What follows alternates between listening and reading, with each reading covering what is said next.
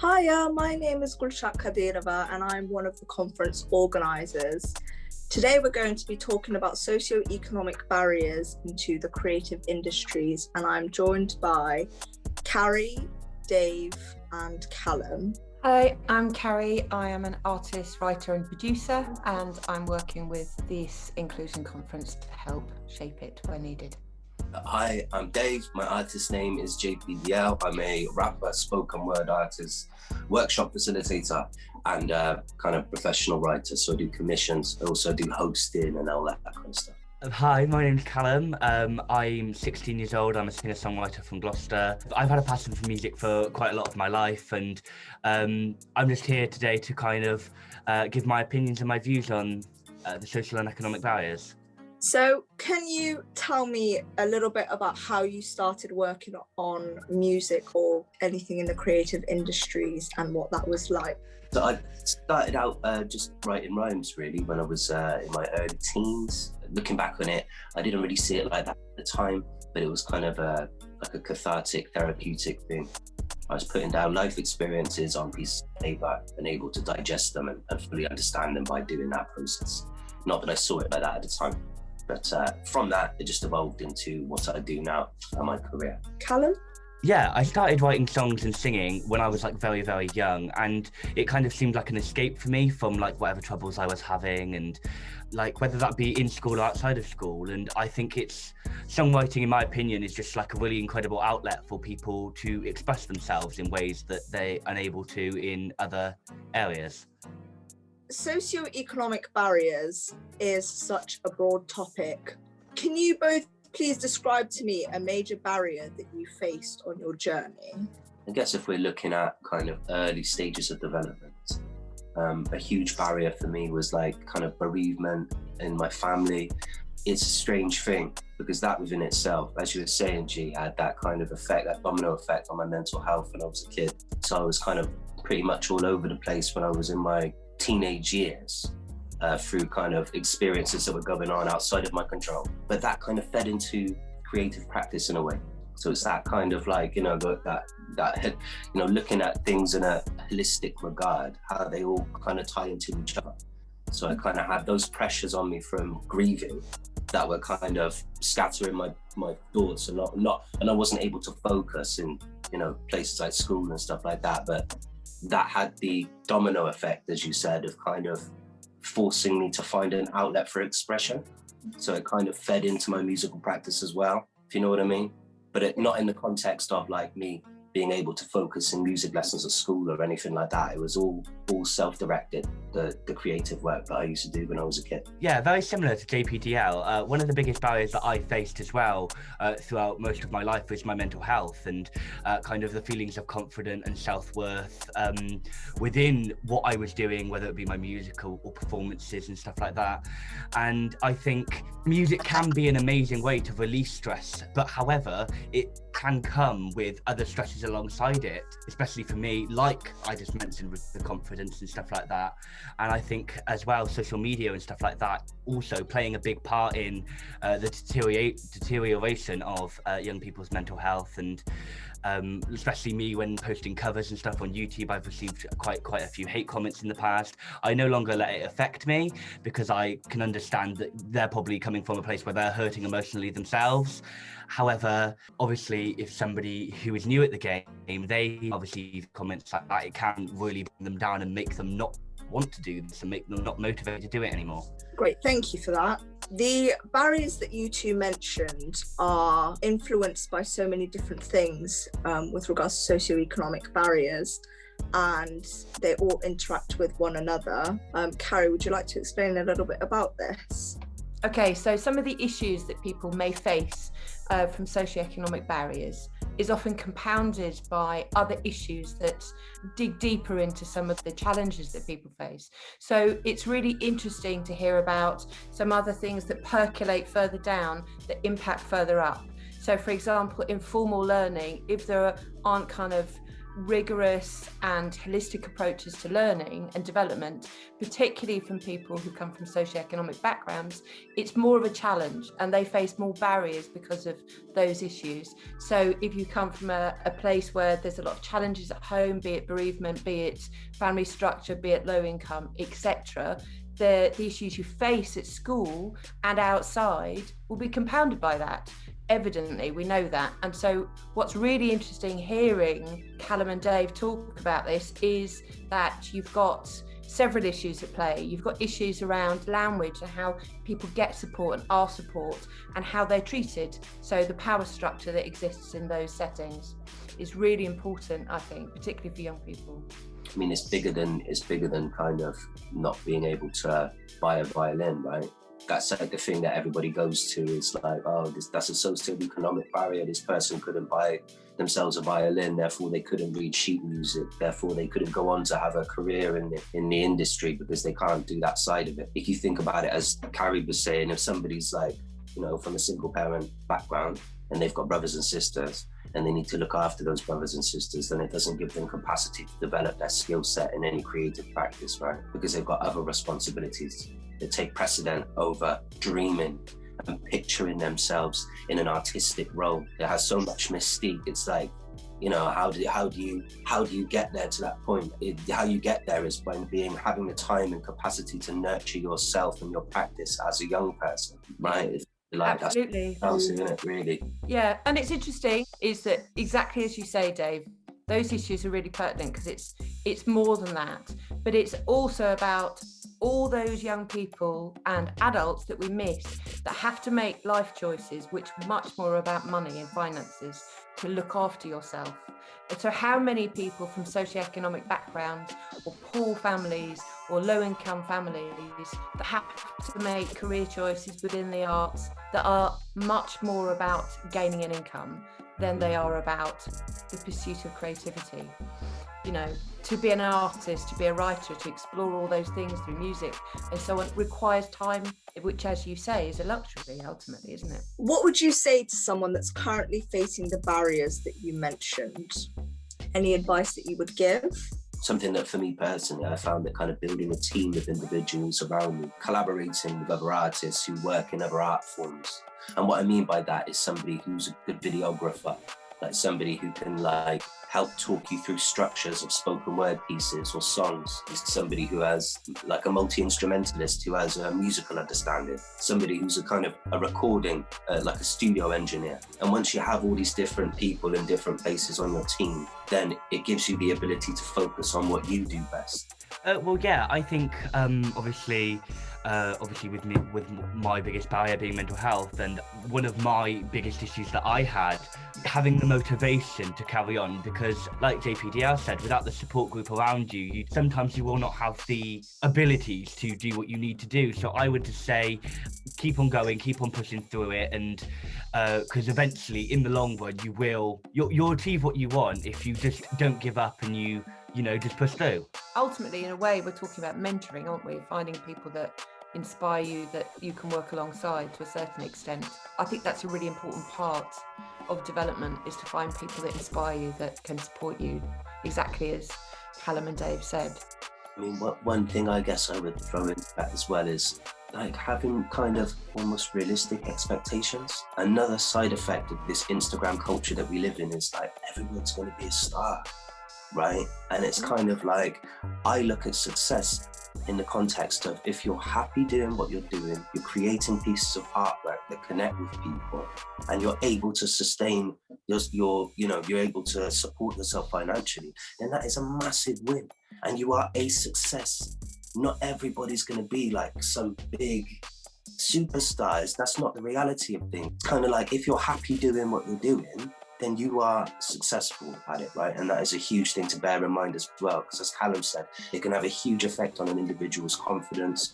It can be like something that can stop them in their tracks and make them not want to pursue their career in the arts. You know, a huge thing about Instagram is you look at the likes, and that is a direct comparison between yourself and somebody else. But just like, bear in mind that those likes and that it's all manufactured.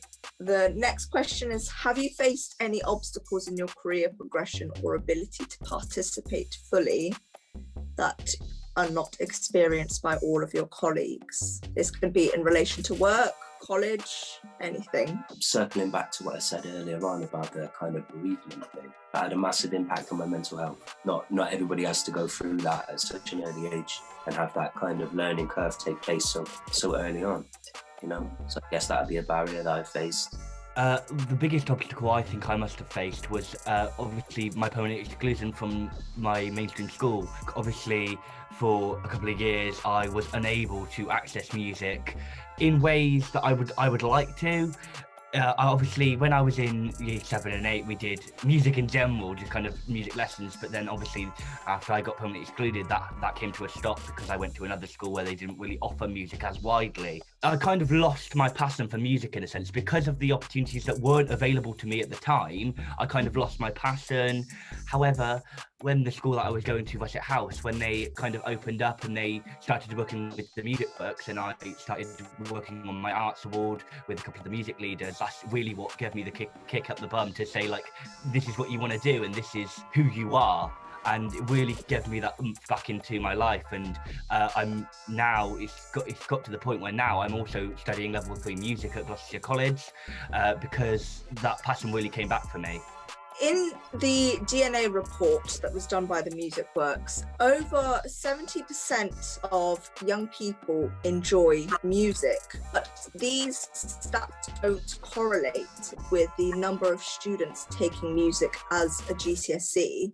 Why do you think that is? I guess, well, maybe it's because of the kind of contemporary genres of music that these young people are into. We were actually talking about the other day is you could engage people by having, you know, an amalgamate classical music with contemporary production by having kind of NPCs in the classroom sampling classical instrumentation that's being played by other students and then build beats on the NPC live. Do you think that the classical formal roots in music education aren't reflected in what, because obviously for classical music, when you learn that at school, there's a clear progression route. You go through different scales, you do your grades, there is a route onto different career paths within that. Do you think it's difficult to see a route for more of the music that you mentioned in terms of rap and grime and drill and other areas of music making? It's difficult to see the route path into a career within that for school. So there's a apprehension, is what I'm wondering. I guess, but I mean, like if you kind of compare it to more contemporary styles of music on the outside of school, there are quite defined career paths. There would be a step and process of somebody's development as an artist to step up and kind of start getting their music out there. I suppose with classical music and like you can there's a career path in there by teaching things like scales and sheet music and all that kind of stuff. But that is mirrored in the other side of it as well with workshop practice. So you teach them how to use NPCs, and I teach how to like write rhymes, how to structure bars, how to write rap verses. Okay. There's like a formula to teaching that as well, but I don't know if it's as like ingrained and widely recognised. Safeguarding is often an issue when it comes to these genres of music. What is your stance on that, Dave? I guess my stance would be if somebody is living it, then I want to know about it from a safeguarding perspective, right? So giving them the opportunity to explore that genre and work within those parameters, then you can see an actual representation of what they've been doing, and you can challenge it, talk about it, put it on the table. Also, I would say that like gangster rap, like I mentioned earlier, a lot of it is kind of like a sense of escapism, like portraying like a character, almost inventing a character. You know, I wouldn't be too scared if some of those things did come up when kids are writing raps, because a lot of it is escapism, you know, portraying a big bad gangster kind of character. It's not necessarily what they do and who they are, and if it is, then I need to know about it so I can kind of go through the safeguarding processes that would come into place. The statistics on what people listen to nowadays compared to what is offered at school does not correlate with one another. Why do you think that is? I mean, personally, I think the education system itself is very focused on like the history of music and stuff like that, and which that's not a bad thing, because I think it's very important for people who are learning music to understand the history and understand the roots of all of the different genres that we listen to today. However, I do believe that it should be also moving with the times, because like you said, a lot of people nowadays listen to rap and pop music and stuff like that, and it's very based in classical and stuff like that. So I think they need to have some sort of opportunities, because in my opinion, I think the reason that quite a lot of people are not progressing in music and not taking it as a GCSE is because with some people the history of music and classical music and stuff like that is just not something that would interest them. So they're thinking, oh, if that's all it's going to be, then there's no point in me taking it because I'm not going to enjoy it. And I think if they expanded the view of music in a sense to all of the different stuff and all of the stuff that all of us are listening to and engaging in, I think that would be a lot more beneficial for the people and the numbers would go up. And I think, yeah. Thank you. Dave? Oh yeah, completely echo a lot of those sentiments. That kind of bringing kind of popular culture into the classroom would be an idea to engage like young people, right? I mean, like the idea that what I can only look at it from my perspective. So when I kind of start a workshop with people, the first thing I do is everybody takes their phones out and listen and plays the song that they like at this their favorite song at this moment in time. But as Carrie was saying, there's this kind of strange, like in the classroom in schools and traditional like music lessons, you've got this kind of power dynamic, right, where it's like, no, you can't do this, I'm a disciplinarian, you need to do this, you can't swear, you can't listen to inappropriate things, you can't da, which is kind of like counterintuitive really, if like the popular culture and the mainstream songs these people are listening to, these young people listening to, has those things in it. It's like you're automatically closing the door on something that they're engaged by and interested in. As Carrie said as well earlier on, is taking a risk there, right? It's kind of taking a risk to let them explore things that, you know, might not be appropriate for the classroom itself, but it's appropriate because they listen to it in their own time. They're already being exposed to it. There's no point in shutting the door on something that engages them musically in a classroom setting where they can learn and explore it more, explore what it is, just because it has kind of, you know, challenging language in it and stuff and challenging subject matter, because they're listening to that stuff as soon as they come out of the classroom in the playground anyway. Yeah, I would agree with that. I think it's a case of school learning. It's the focus, isn't it, about being much more person-centred, much more able to take a risk, but also framing that music very carefully in that setting so you mitigate those anxieties and those worries and those concerns that people have, because popular culture is here and we need to invest it in formal learning as well as informal learning. Music education that is offered at the moment at schools does not match with the times. How would you suggest we begin to actually introduce pop culture music within our music lessons?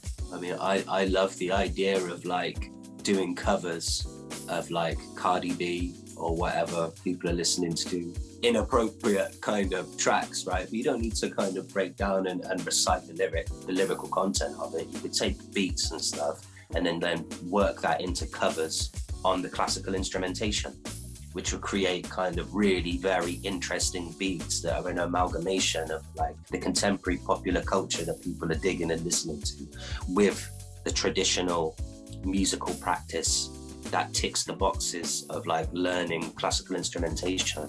And would you suggest that we outsource that to begin with, and then begin to change the system, or start with the system? I mean, outsourcing it would be great because I would get a lot more work. You know, and it would be in schools a lot more. Yeah, so you bring in people who kind of have an influence on the actual teachers who are in the framework itself, right? So you bring somebody in to set a precedent, an example for how it could be a way of conducting music lessons in the classroom. That's kind of how I would look at it, I guess. What do you think, Callum? I agree with you a lot, and I think outsourcing is, obviously the system does need to change so that the teachers can offer this sort of stuff without it having to be, external. However, I think outsourcing at first is a very, very good idea, because not only does that then leave room for change, the teachers, I think, in my opinion, could also start taking notes from the outsourced people and take notes and say, so these people, so the outsourced people, they are doing this with the students and they are really engaging in this. So how could I reflect this in my own lessons to engage them just as much as external sources are? So obviously, because of COVID, everybody is aware of mental health and the progress towards change is picking up pace. However, I personally believe that the movement towards change actually began before COVID. And I think the one thing that really triggered it off was the Me Too movement. Because after that, when people started having conversations about those kind of experiences that they've had, everybody realized, you know what, it's okay to talk about the fact that you're struggling. Do you think something else attributed to this change? I guess it's just kind of an evolution and a turning in tides, right? It's like these things happen, waves of change take place with kind of thoughts in regards to certain aspects of like inequality and equity, right? It's kind of like, attitudes are changing and the world is just becoming a brighter place in some ways, right? I mean, it's kind of like, it's hard to say that with the current situation that we're in, obviously, but there is a light at the end of the tunnel now. And it's kind of like, what I'm talking about is mentality with regards to kind of, like women's rights and equality, like kind of with regards to ethnicity and stuff. Light is being shone on these things now, and that's just how the world works, isn't it? It changes, man. It's a different place to thank God that what it was in like the 1970s or even the 1990s, And I think we have a better understanding of that. So it has allowed for better voice, better agency as we move forward. And I think people are feeling a bit more confident of having those conversations than they historically have been, because there's space to have those conversations more. And I think we've still got a way to go with that in terms of better at inviting those conversations into the room, leaving space for them, giving people power. I think because that's ultimately what we're talking about, having power and authority for themselves. And I think we're having that shift, which is more of a global conversation about who has the power, which is really important. That's a lovely answer, Carrie, for sure. Well, here's hoping one day. A lot of individuals in the creative industries, when they are starting off, there is a tendency or expectation from others for them to work for free. How do we tackle that, and how do we ensure that the pay matches the time and effort that they've put in? I guess how you could tackle that is by instilling in the mentality of creative individuals that your time, your work is worth something, right? It's kind of like that mentality would have to be seeded in everybody's minds before you get to a point where you're taking paid jobs. Like that from the foundation is that, your time is worth something, and, your work is worth something, and give it value. And then that mentality within itself, I mean, I don't know, it's a big question again, man, is how do you change that framework? How do you change something that's been there for so long? But I guess you would start on a kind of grassroots level by the people who are coming up and kind of instilling in their mind that you don't work for free. Like, I mean, it's a job, man. It's a job like everything else. You wouldn't expect some plumber to come in and fit your new toilet or something, and then you say to him, "Oh, great! I'll tell all my friends about you," and that's enough of a payment for him. He's got like family, right? So you got to pay him money, like everything else. And why should the arts be any different? And do you think that is because of the idea that creative jobs are seen as not like a proper career, and that labour work is seen as a skilled profession and therefore has more merit than a creative job? I don't know, man, because I'm looking at it from my own perspective, right? So I see how kind of beneficial artistic practice has been to me as an individual, but also to other people that kind of like, I try and impart it onto through kind of arts on prescription course that I run, or through the workshop practice in different places, or, you know, so I see that and I feel it as well. And I know how kind of beneficial it's been for me as an individual. So kind of, I can see the merit in it, but I guess maybe, I don't know, like I kind of assume that everybody else feels that as well. But maybe I'm wrong and other people don't recognize the power of art. I don't know. Let's not forget that working for free for a gallery in London, for example, is shorthand to you come from the right family to work in this gallery. And that's important to have those notions and those ideas broken down about what actually are we saying by asking people working for free. Because it's more than I just want free stuff. It's more than that. And I think that's the nub that we should look at. Sure, yeah, completely agree. I don't have a lot of experience in stuff like this, being very young and just getting into working professionally and stuff like that.